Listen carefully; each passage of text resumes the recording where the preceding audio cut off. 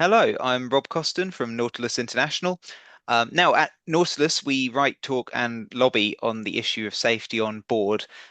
It's obviously one of the most important issues for our members across all sectors of the maritime industry, and that includes, of course, our members working on board yachts. So today, I'm talking to Max Lee, who is from Crewing Agency and Nautilus Strategic Partner, the Crew Hunter, about the results of a safety survey that they've conducted. They've done that in partnership with the union itself and with Chirp, and it covers the physical aspects of safety and also the social aspects, things like bullying and harassment. So, Max, thank you very much for talking to me today. No worries, Rob. All good. No, it's been an absolute pleasure. I think it's certainly a subject that we're discussing day in, day out with our candidates amongst the team. And yeah, I think the results are very interesting to see, to get a good understanding of what people are saying about, positions on board. So, no, more than happy to help. Thank you. So, getting into it, first of all, you guys are a recruiting agency. What was it that motivated you to do a survey of this kind in the first place? I think, I mean, it was led by myself and Susie, who's our bridge consultant here at the company. She's worked on board yachts. She left recently as a chief officer on an 80-meter. Safety's always been, top priority for her. And, it's something that she really drills into the deck crew. Well, and, obviously tries to implement it throughout the whole boat.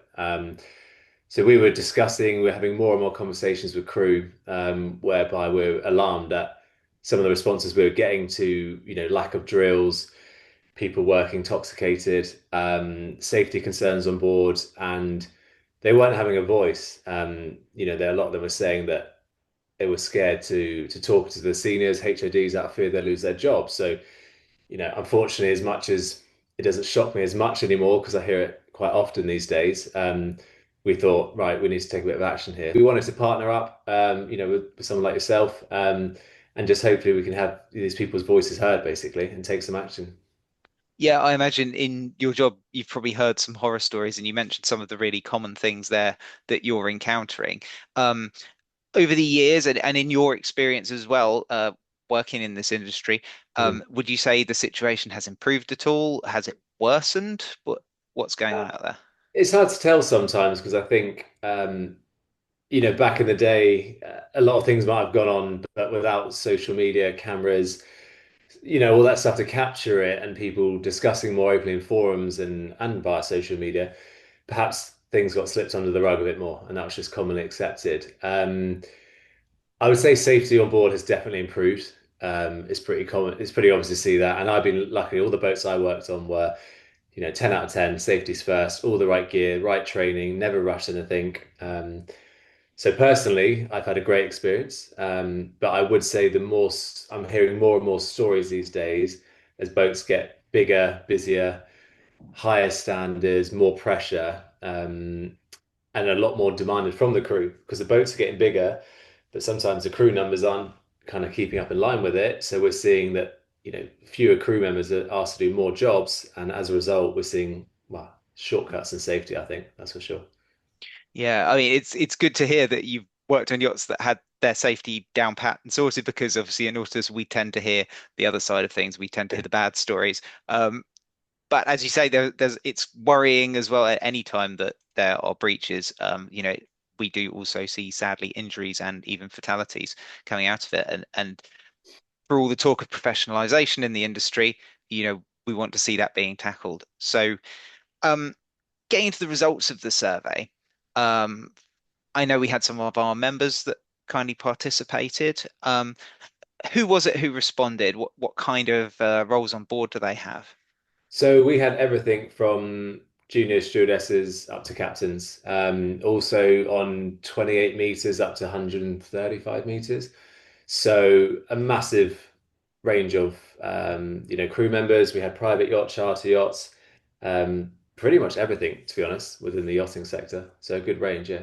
Right. And can you give me sort of a general overview of the results before we get onto some of those specifics that people might have come back with? Yeah, so in terms of a general overview, I would say about 45 to 50% of people on the whole were satisfied with safety on board, satisfied with drills. They felt safe, they felt they could speak to their superiors.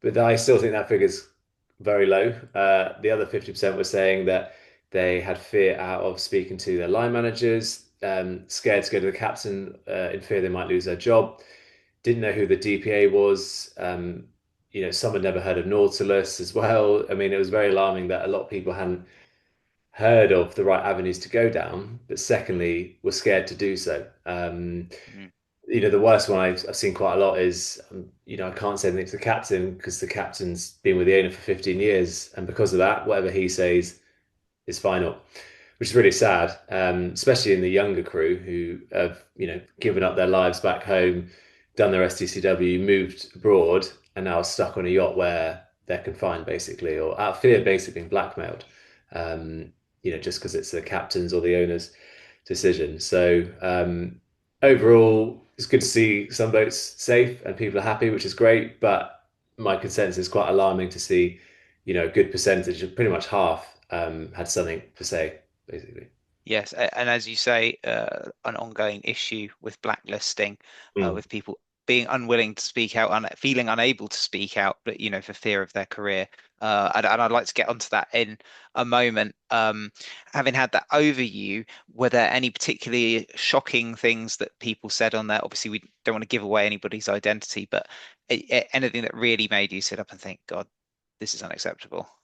Yeah, I think there's a few cases where, again, yeah, obviously not picking out any crew in particular, but they were saying that, you know, captain was quite often under the influence of drugs or alcohol, driving the boat, putting people at risk, and people seem to know about it, but because of his relationship with the owner, it just went. Thank God nothing had happened, but they said that it's just we're waiting for a disaster to happen, and when it does, God knows what's going to blow up. So that person had actually left the vessel out of fear of that. I certainly think that, as well as a lot of cases with bullying, whereby people were almost being punished for speaking up about safety. So regular safety meetings, speaking up about things and being told to basically, put it aside, like that's not important, or we know about that, but we got to brush over it, etc. So those are the two main things that were a big shock to see. Yeah, and actually, that reminds me, one of the shocking statistics I saw in this is that 30% of people said they'd left a job due to a safety concern, or I believe that figure may also have covered harassment too, that they related to this. I saw as well, you mentioned substance abuse there, that um, some crew had also been experiencing harassment or bullying or unacceptable behavior related to that, to the captain or other superiors on board who were then acting in ways that weren't right because of that. Yeah, that was also alarming to see that, particularly on the smaller boats as well, where um, again that captain has that relationship with his HODs and the owners. Senior crew were going out, getting too drunk, taking drugs, whatever, and then when mingling again with junior crew, whilst out or back on board, acting inappropriately, kind of going to sleep and then waking up, and then no one's addressing it out of fear that if they bring it up, they're going to be, bags packed and off the boat that day. And this is quite scary because a lot of junior crew who have, like I said, given up everything to join yachting, they know that they can't jump on a boat and then, look to leave because they don't want to, damage their CV. So they'll plow on through the season, have this regular instances keep reoccurring, just out of fear that they don't want it to look bad on their CV, um, which is something I hate to see because if you've got a good recruitment agency partner, you can get around these things. If you do leave the vessel, when we put you to other boats, we say, oh, they left because of X, Y issues, and this is the reason for a short stint, for example. So that's something in my role, I do a lot of help with candidates and crew, Mm. just helping them not feel targeted or blacklisted, like we said, into staying on a boat that's not safe or they're physically being assaulted or abused, just out of fear of damaging their CV. Yeah, at Nautilus, of course, we would always recommend, well, first of all, that people become members before an incident happened, but then that they contact us for advice if they're not sure of what to do, if they've seen behavior or experienced behavior that's not acceptable, they've been asked to do work that is unsafe. We're always happy to advise them before they pull the trigger and start to make complaints and things. We're happy to do that. What else do you do to help people who are in that situation? And So yeah, I mean, obviously we act in the same way, similar to you guys, in the sense that as soon as we hear about it, um, we discuss the options on the phone with them. I mean, sometimes it's even hard getting these calls scheduled in because if they're on the vessel, they're out fear that someone's going to be listening in, etc. So that's the first challenging step in some cases. mm, But we all, I say to my team, any case you hear about this, never take it lightly, always take it seriously. So it's a case of, speaking to the candidate, speaking to the crew member, reassuring them of their options. So whether that is, if they're in the case to do so, speak to their captain or their line manager. If not, well, further to that, you've got their DPA. Obviously, we recommend bodies like yourselves, like Nautilus, for that advice and the help moving forward. that's what we can help with, and what you can help with for the people who are finding employment through you. Is there something the industry as a whole can be doing? Are there systemic things that can be done to improve this situation, do you think? I think it's all about awareness, to be entirely honest. I think until people speak up and have the confidence to do so, these things are just going to continue to keep getting swept under the carpet. I know a lot, as we discuss, a lot of it, isn't discussed openly out of fear of it coming back to them and losing their jobs, etc. So I think the more we can do to support crew in the sense of discreet, stuff like we're doing here with this survey, we're publishing results without pinning names on it.